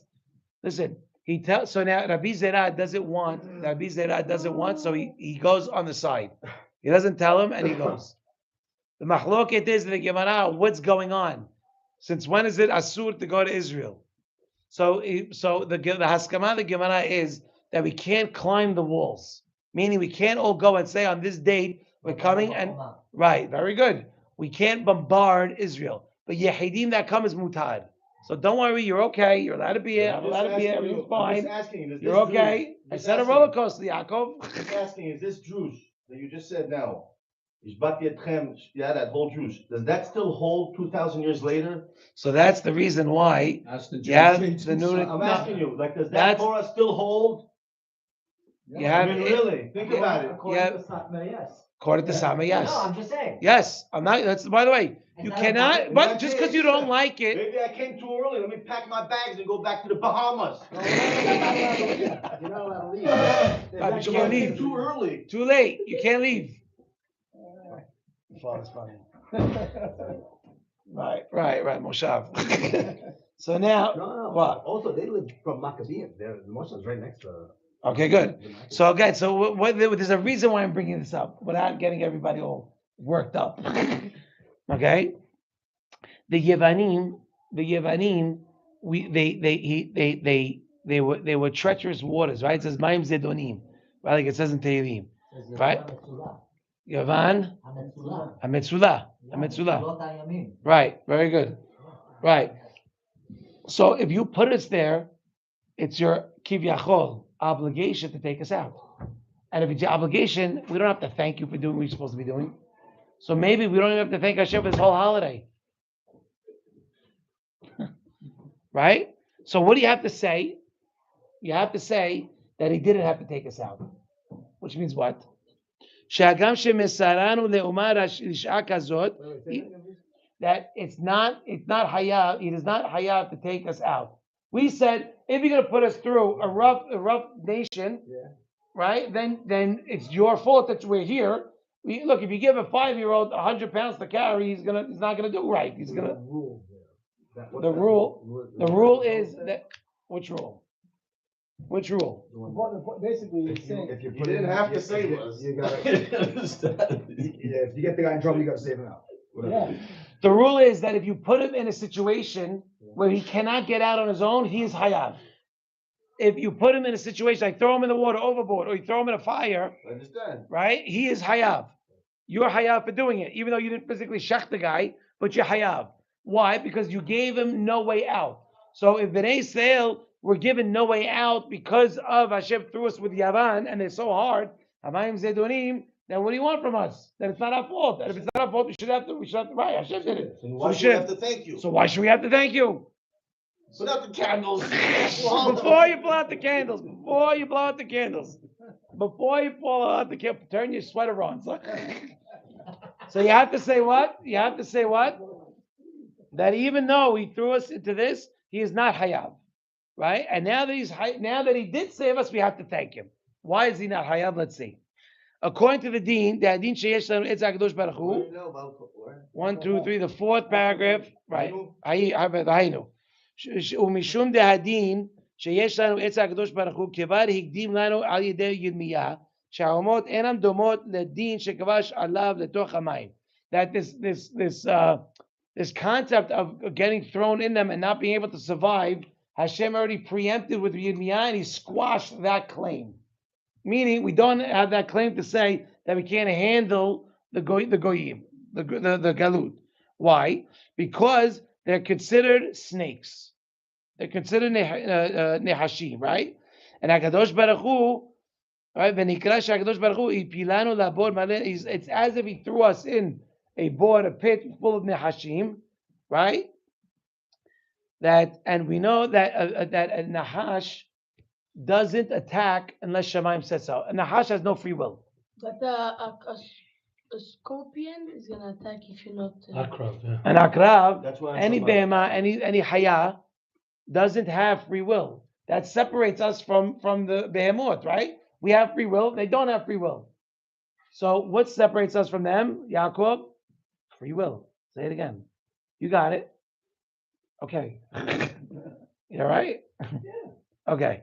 So then he can't. So then, if that means that they're considered snakes, they're not considered like fire or like a river or like a body of water. They're not for sure will die. They're not for sure going to attack you.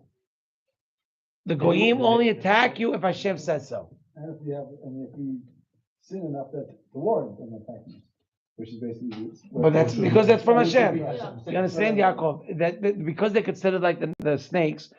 Why is they considered like snakes? Because snakes are not the one that can attack. That snakes don't attack just stam.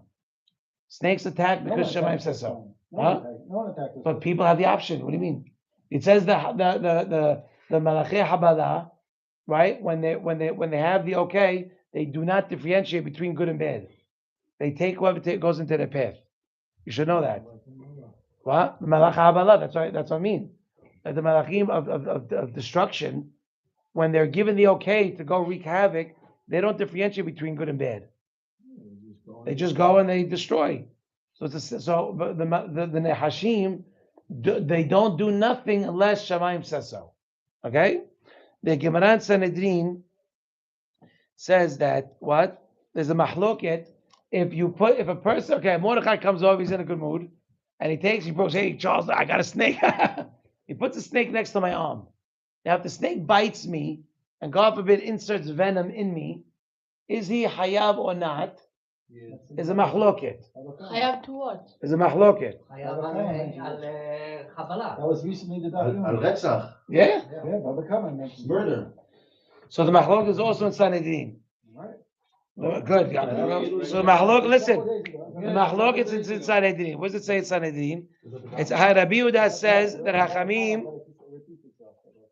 Yeah, Rabbi Yehuda says that is mehayev. The guy is hayav. Hachamim say he's patur. Because the snake only does one thing. The snake only knows what to do one thing, which is to bring venom into the person. So Rabbi Yehuda holds that the venom is on the edge of the teeth. Hachamim hold the Nahash only puts the venom if he wants to. If he wants to bite, he bites and then puts the venom. He has the ability to control if the venom is going to touch. For sure, the snake's gonna bite. Yes. No. No, it's not. And The venom. If he bites, the venom's coming. The snake's gonna bite. Right. Did the guy get poisoned or not?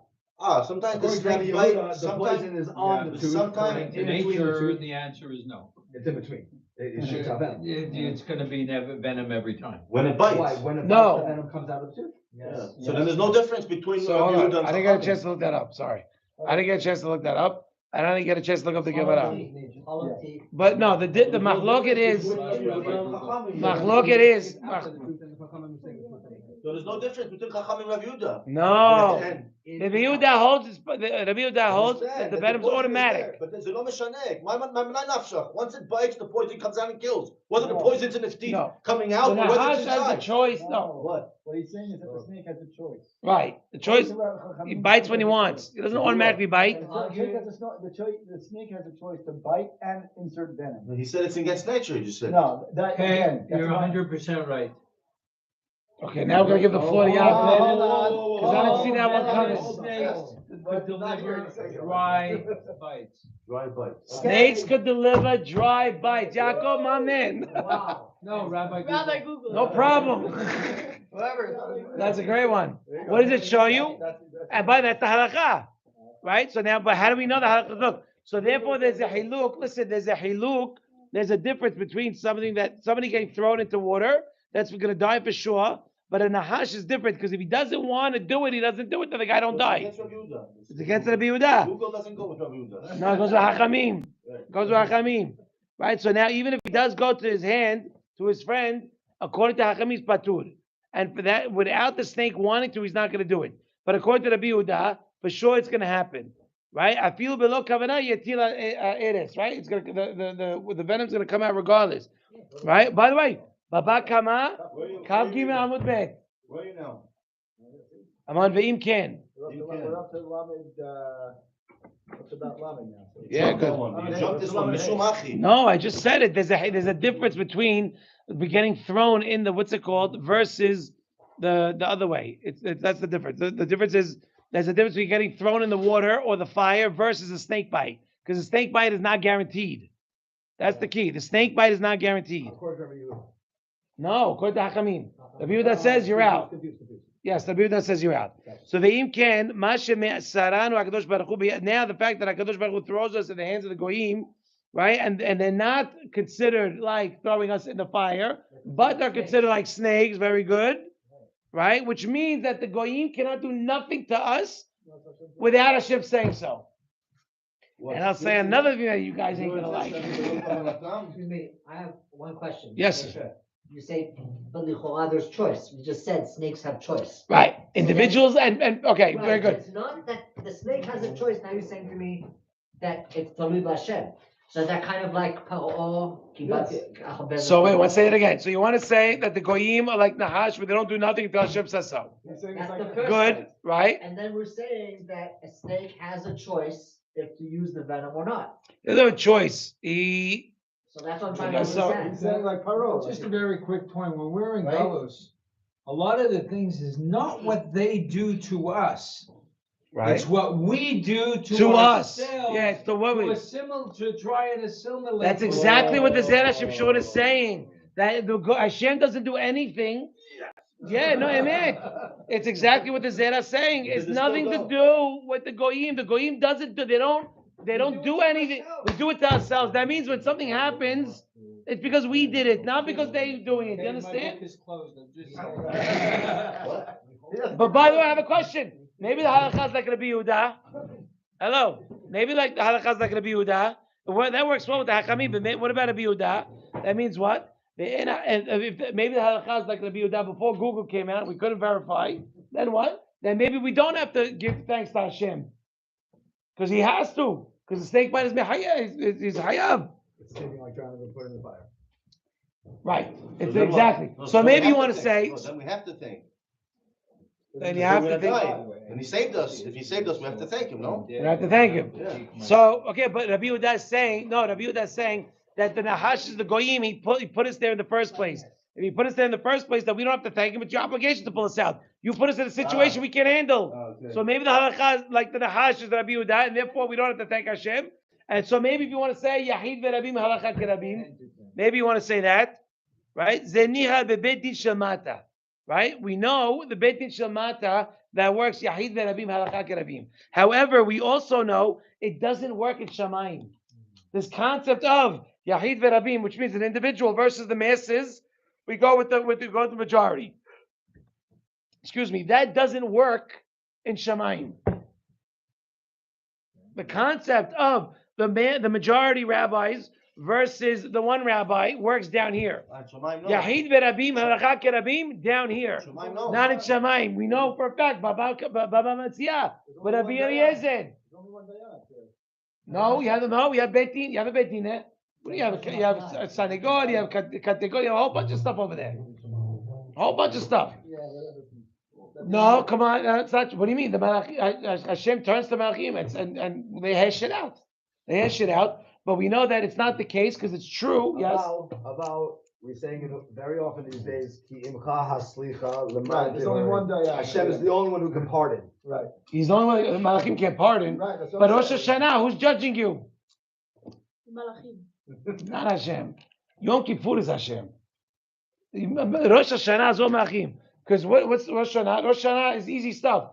Adik Gamur, Rasha Gamur. Have a nice day. The Beinonim is everybody else that gets pushed off to grandpa in 10 days. HaKadosh Baruch Hu.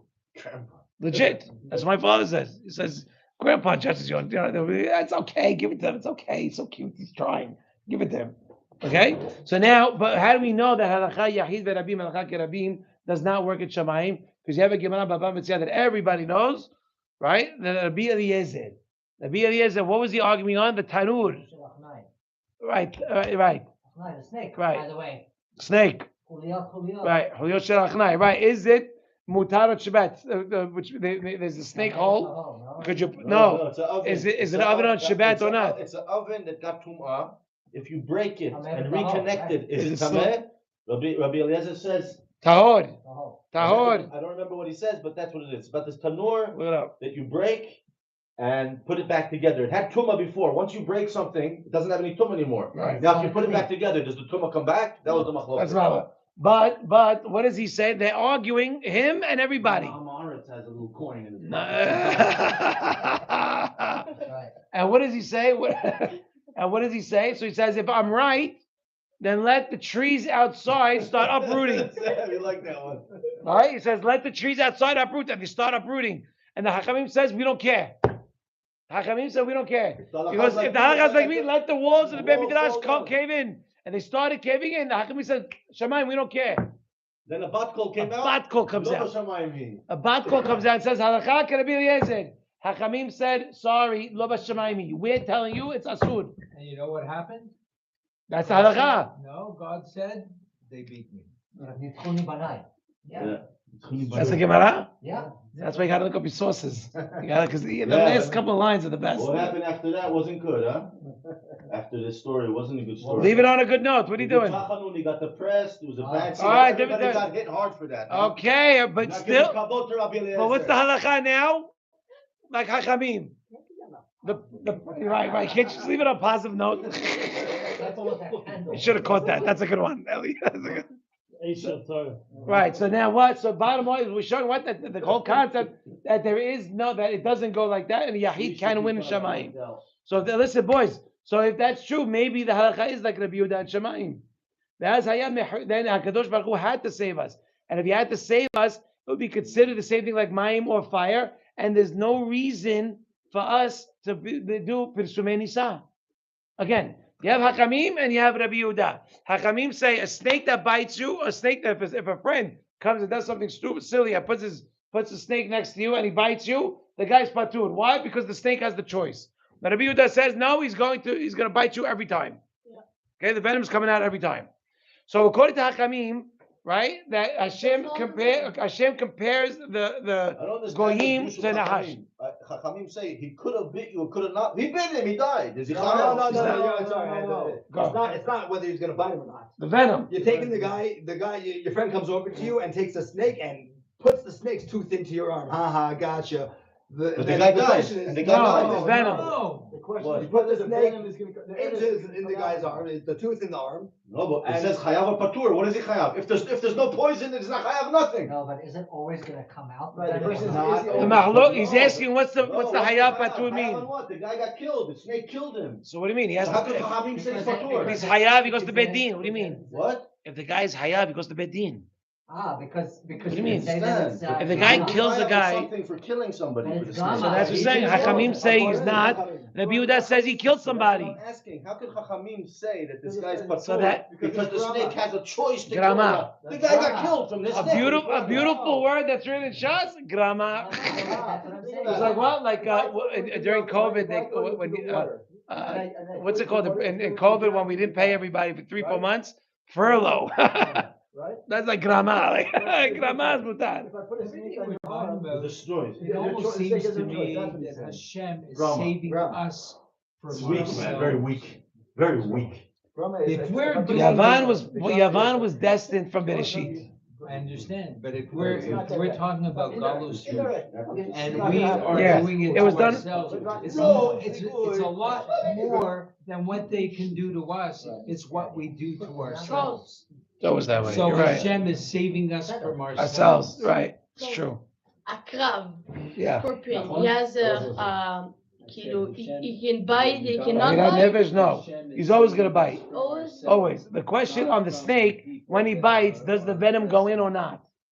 Zeh she'ela. If the venom's gonna go in. Yeah, that's what he's saying. Don't do this at home.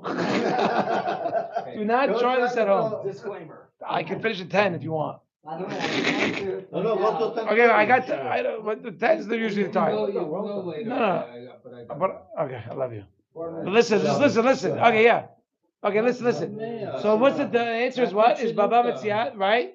So maybe Shema Yifsech, so maybe the halakha is like Rabbi Yehuda, and if the halakha is like Rabbi Yehuda, then again he's hayav over the door. This is close him. And that the halakha is like Rabbi Yehuda, and if the halakha is like Rabbi Yehuda, then Hakadosh Baruch Hu is hayav to save us because he put us in this situation, and a nahash automatically is going to put the venom in, and the goyim and the umot are considered like the venom, like the snake, and if they like the snake, it's the same thing as throwing somebody overboard or throwing him in the fire. If you saved him. No saving. It's saving never happened. Well, that's why they bring the story of Rabbi Eliezer to prove that it's halakha shel Rabbi Musa. To show that just because Beit Din Shel Mata, yes, Beit Din Shel Mala doesn't work that way. And Yavan, it was a Gezerat Shamayim. So if it's Gezerat Shamayim, maybe it's called Rabbi Yehuda. And therefore, that's why we bring the Borek Ben Bomayim. Where does this come from? What's going on? To tell you what? Vayetzileu. Remember, one of the questions we asked was the Reuven. It says Vayetzileu miyadam. Give me a minute. Let me say. No, I'm saying, that was the question. How do you say it? Shema mina. Well, because he put him. He put them in the rocks. Because Shema mina, to tell you what, the Borek Ben Bomayim, and it's connecting that even though he threw him in a pit that had Nehashim and Akrabim, right? The pasuk still attributes the saving Yosef to Reuven, even though he threw him in this pit. Why? Because the halakha is like Hachamim, which is what? The Nehashim do not bite unless Shamayim deems so. So therefore, if Hashem saved us, we have to If lodot lo. Hashem, no, one second, wait, stand up, wait. We're going back to Yosef. Why does it say to Reuven that he saved him? Because the snakes might not bite him. Because the Shamayim says no. Because the halakha is like Hachamim. Right? Right? And the halakha is not like Rabbi Yehuda. Right? The dashina bor ve'ek mayim right? So vayisirem miyadam is what? Davka miyadam. What does it mean that he saved them from their hands? Specifically, in order that they shouldn't kill him from their hands. Meaning they were going to kill him. Right? The Nehashim and Akravim is up to Shamayim. But Adam has Behira. So Vayetzilenu miyadam from their hands is up to the boy, right? Save them from the people's free will if he's going to shech Yosef or not. But when you go to the Hayot, that's all Hashem. It's all Shamayim.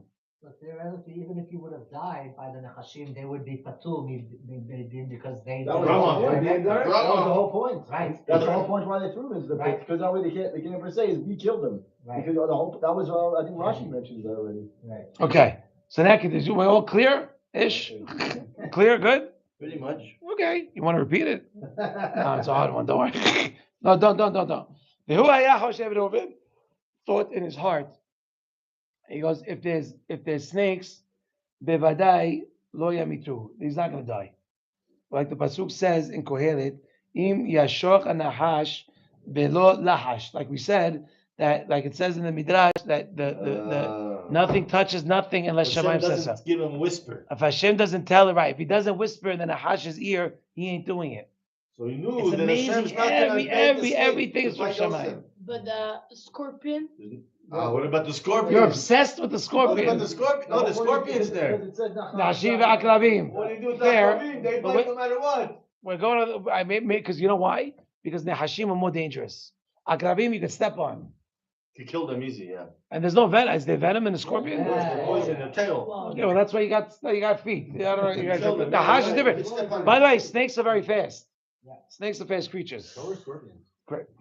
They run a lot. They're very fast. Well, who? Scorpions? Yeah, they're very, I mean, for the little size, they run very fast. So Mishum Hachi Haya Davar Masur Balev. I don't want to see. So because this, but by the way, so this concept was given. It was in Reuven's mind. Nobody knew about it. It was in his heart.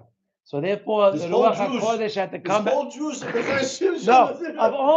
only Reuven. We're talking to Reuven. I know. Why he threw him in? Because I know that the Nahash, unless Shemaim says so, he's gonna, so that's why Vasileu mi Adam. That's why Ruach HaKodesh has to come and me'id that Reuven had good intentions.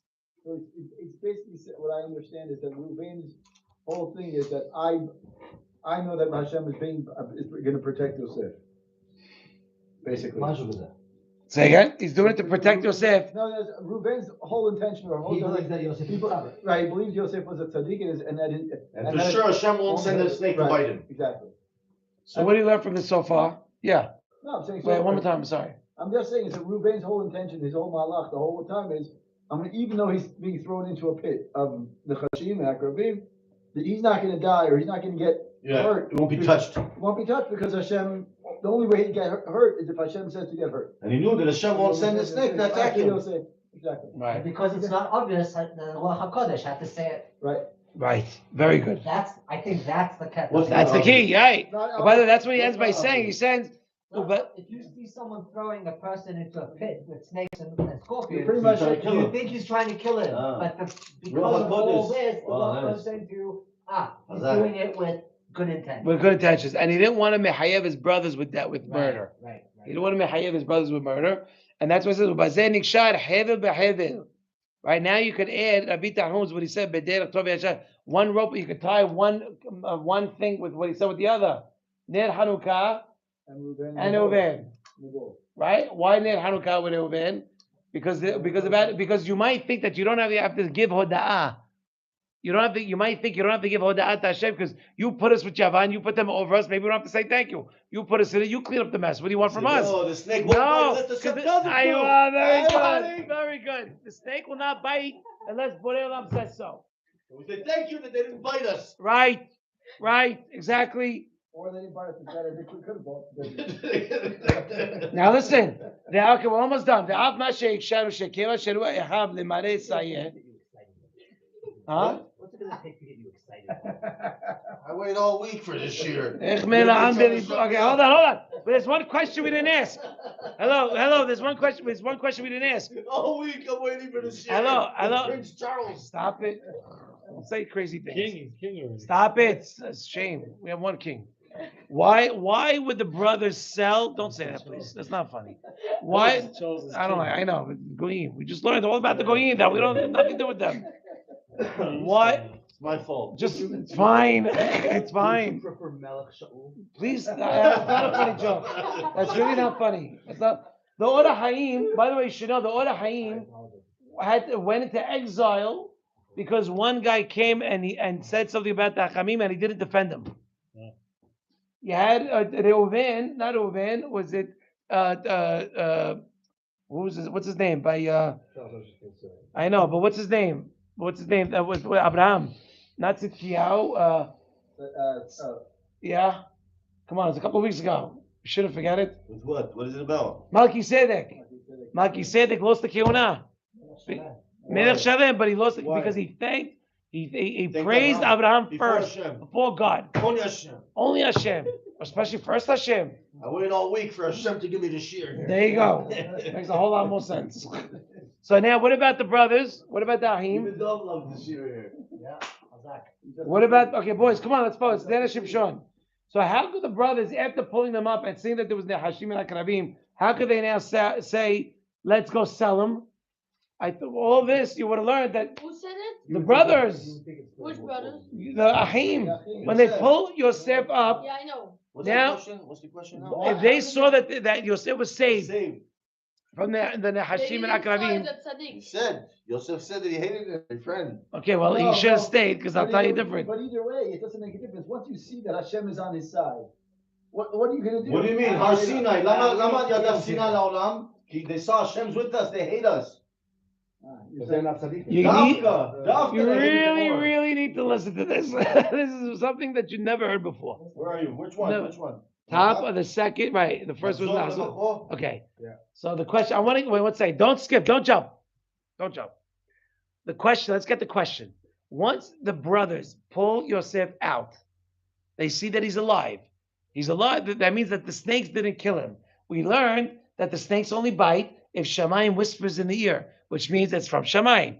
So if they see that a miracle happened and Yosef didn't die, which means that Yosef was worthy of it, has merit. So why would they now go and continue on their merry way and now sell him? Listen to this. They held the halakha is like Rabbi Yehuda, that the nahash is automatically always going to sting, going to bite. But what do they think? Whoa. One second. But on the contrary, why didn't the snakes bite him? For their own kavod. Bishbil kevodam nitzol Yosef, because for their own kavod that Yosef was saved. Shem lo ratzu lishloach beyadam bo mamash, because they didn't really want to kill them, because they didn't want to have the blood on their hands, so they wanted to throw them in the thing. So that Hashem did us a favor, so we wouldn't be considered murderers. So let's go sell them. Again, let's read inside. Right? Because of the kavod, Yosef was saved. Now we're going to review everything in 2 minutes. The brothers didn't want to kill him. And if the snakes, No, they wanted to kill him, but they didn't want to be. They didn't want to do it on their own. They didn't want to kill on their own. And if the snakes would kill them, would kill Yosef, would be mazik according to Rabbi Yehuda, right? It's as if they remember. What does Rabbi Yehuda hold in the Gemara Sanhedrin? the poison's He's there. hayav. The poison's there. Yeah, so he's hayav. Right. But they're saying that they know that the reason why we threw him in the board because we didn't want to kill him directly. We wanted it to be indirectly. And Hashem saved him anyway. Because for us, because Hashem knew that our intentions were not to kill. And if the halakha is like Rabbi Yehuda, even if he bites, I'm hayav. So therefore, Hashem doesn't want us to be hayav because we don't want to have blood on our hands. So let's pull him out and let's go sell him. So really, they didn't want to kill him. They didn't want blood on their hands. That's what they didn't want. But if they held the halachas They didn't want- if they held the halachas Rabbi Yehuda, why would they throw him in to begin with? Oh, that's a good question. If the halakha is like, because if they hold according to Rabbi Yehuda, which They is the didn't want snake to do it bite is direct. whoa. Because once they pulled, very good question. Thank you. Very good question. The reason why, because once they pulled him out, they did heshbon nefesh to understand why didn't he die. We know he's hayav. It must be that Hashem is doing us a hesed. That he doesn't want us to have blood, even though it's the right thing to do. Hashem doesn't want us to have blood on our hands. So they wanted to kill him. They wanted to kill him. Yes. Not directly. This is the better of two evils. Pick your poison, as I say. So, but then once they pull him out, they see that he's still alive. Because they were baked in and they said They that made a because- bedin. They went to eat made a beit after. din, They say it's Chayam Misa, but then they don't want it directly on their hands, so they said, okay, let him die in this also direct way without us seeing it. According to Rabbi Yehuda, we'll throw him in the pit. Okay. Right. Good In so other far. words, if Chas v'Shalom he would have died, they would say what? The halacha is like Chachamim and the snake had a chance. No, That's no, karma. no, no, no. It's not our fault. They didn't want. Look, they knew the halacha is he's got to go. Yosef is questioning the dynasty of our father, our grandfather, and our great grandfather, Yaakov, Yitzhak, and Abraham. That's you should know why. What he was.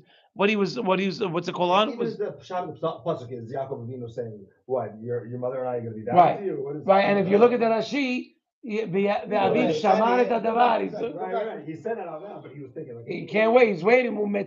She says, waiting. Can't wait for it to happen. But the Ahim knew that Yosef had to die, so they didn't want to kill him with physical blood on hands. I will throw him inside, even though it could be hayav. It's okay. But now that we pull him out, that we see that he's alive. Hashem's giving us even more hesed, and saying we don't want blood on our hands at all. So let's go sell him. That's the thinking of the brothers. I'm going to say it one more time. They know Yosef is hayav. Bedin, hayav. Good. They say they don't want to kill him because that's a kill. They're going to kill him, but it's not the right thing. Let's throw him on the board.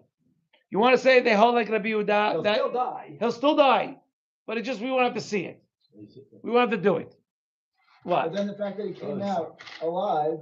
So now they're saying that Hashem's giving us even more of a hesed because he doesn't even want us to do that. So what we're really learning is that this whole midrash is really from what we're saying is what's the brother's perspective. In other words, what's the brother's line of thinking here? Why is it that we throw him into well, first we're looking at the Reuven side. Right. Reuven's side is we don't want to keep right the whole time. The original question was why Reuven why do we have to have Ruach HaKodesh for Reuven? Reuven's attention the entire time was good. No, right. It exposed, right. Right. The second, now we're looking at the other brothers and saying, what were the other brothers' intention? Their intention was what? Their intention was, we don't want to be direct killers. The first time we threw him in the pit, we thought it was going to be direct. All right. So now that we see that he came out, they got to pull him out, and he still didn't die. Why? How come we think that when he came out, Mashma that Hashem saved it? Because that's what they felt. They felt. They fall like Rabbi Yehuda. Right. It's hayav regardless. They're like Rabbi Yehuda. Rabbi Yehuda, as soon as you put him into a snake, the snake's in a bite. So they're saying Hashem saved him, Mashma that Hashem didn't want All right, let's us move to on. be murderers. Correct. We don't Right. That's exactly right. Okay, let's go on. So that answers all our questions. But now, the Zera finishes by saying, thank you. That's right. I'm following you because you do English and I don't know where you are. Because I try to, Naskila b'deret tamim midrash. Now, this midrash is very interesting. The Tirat Kesef brings this midrash in the name of Zera Abraham. Zera Abraham was his last name was Helen. Rav Abraham Helen or Helen. I don't know. 725. It's related to the Zera Shimshon or No. Zera Shimshon writes that because we are his Zera. So anytime you need Yeshua, please open up and learn. Open up and learn, and then give a little tefillah. I'm not kidding. It really works. It works every time. Learn Zera, and pray. Learn Zera, take the art scroll, read the English. Don't even read the Hebrew. Read the English through. Understand the English. It's fine. And pray at the end. Pray. You promise. Help me. I need the Yeshua. It's not a joke. He brings the midrash Zera Abraham, and he says that the dudaim not rureach. Remember in right? No, yeah, but what happens, right? Reuven brings the dudaim. He brings the dudaim. Not what is that? That's the Reuven sheitzil et Yosef. That is, it's talking about it's a remes to Reuven who saved Yosef. He's also born because of the dudaim. Yeah, Rachel gets birth because of right. that. That's very true. Right, very good. Al petahenu kol megadim. Going back and forth between Shir Hashirim, the dudaim not rureach is. And what's petahenu kol megadim? Zener Chanukah. This is a midrash that's not found anywhere. This midrash is not in any of the books. All the good sweets are near our front door. Right. Al petahenu kol megadim zener Chanukah. Right. So, but it's very interesting when he writes. He brings this. So what we're showing the connection between Reuven, Chanukah, Yosef. Yosef, on his own has his own connection. Yosef is Gematria 156. Antiochus is 156. Melech Yavan is 156. Oh, I can go on. So what does that mean? There's a connection between Yosef, Asadik, and Chanukah. Besides just the parashiot that we have now. Vayeshev and Miketz. This why הם חיברו את זה ביחד באותו מדרש. באותו מדרש? Yeah. Hadudaim natureach, right? Al petahenu kol megadim is saying what? There's two pesukim. One is the Reuven that saved Yosef, and the other one's talking about Ner Chanukah. Okay? We don't find this midrash anywhere. Go look. It's an unprinted midrash. It's a closed midrash. You can't find it. But you don't find it. What? It says you come out to that right? There's testimony. Right. So basically, what he's saying, what the Tirat Kesef is saying, that if the Baal of Zera Abraham says it, we're going to trust him. Zera Abraham is a gadol. We trust it's a done deal. And what he's saying says, but the way we look at it, the way we did it, it's as clear as the sun. He writes Barur kashemesh. Sharei Hatzalah Reuven was specifically so they wouldn't be hayav killing him, right? Because the halakha is like the hachamim. So that's why he wanted to throw him in the pit. Because if the snakes bite him, then it's from Shamayim. It's not on them, and nobody's hayav. No, everybody walks away clean, right? Okay. So it's the same thing. Us, we have to give hodot lefarsim, the nes of Chanukah. That sheharit. I was like this, and look, listen, look at me. Why the Reuven is key? Reuven is key in this whole thing. Reuven, why did the pasuk attribute him to saving Yosef, even though he didn't really save him? He just gave him another problem. He threw him in a pit, and the answer is because he threw him in a pit filled with snakes and scorpions. Because it doesn't matter. Halachas like hakamim. Unless Shamayim wants it to come, it's not going to come. Sadiq, if he's a Sadiq Amud and he's really innocent, then nothing's going to happen to him. So you're saying it's the same thing with Hanukkah? Same thing. The Goyim are considered the Nehashim. The Nehashim, they consider the snakes. If Hashem did it.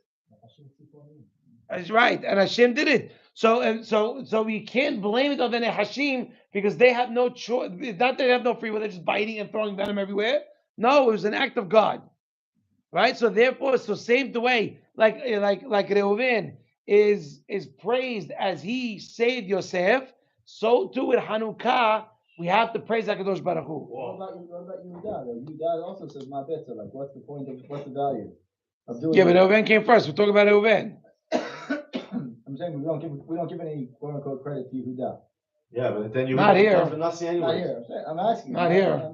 Yeah, you're right. No, it's all about. That's why. By the way, that's why the Ruach HaKodesh has to come and testify for Reuven to tell the world there's real intentions. Right. Not to say I'm the firstborn. I don't want to deal with this headache because I'm the one that's going to pay for it. That's most of them the Right. Well, also, I mean, according to the Pshat, Reuven's plan was to save him and bring him back home to his father. That's what we're saying, right? That was to sell him and couldn't care less. Like, all right, well, we don't gain anything by killing him, but we're still not going to. By the way, you're missing the point. Why we're all missing the point?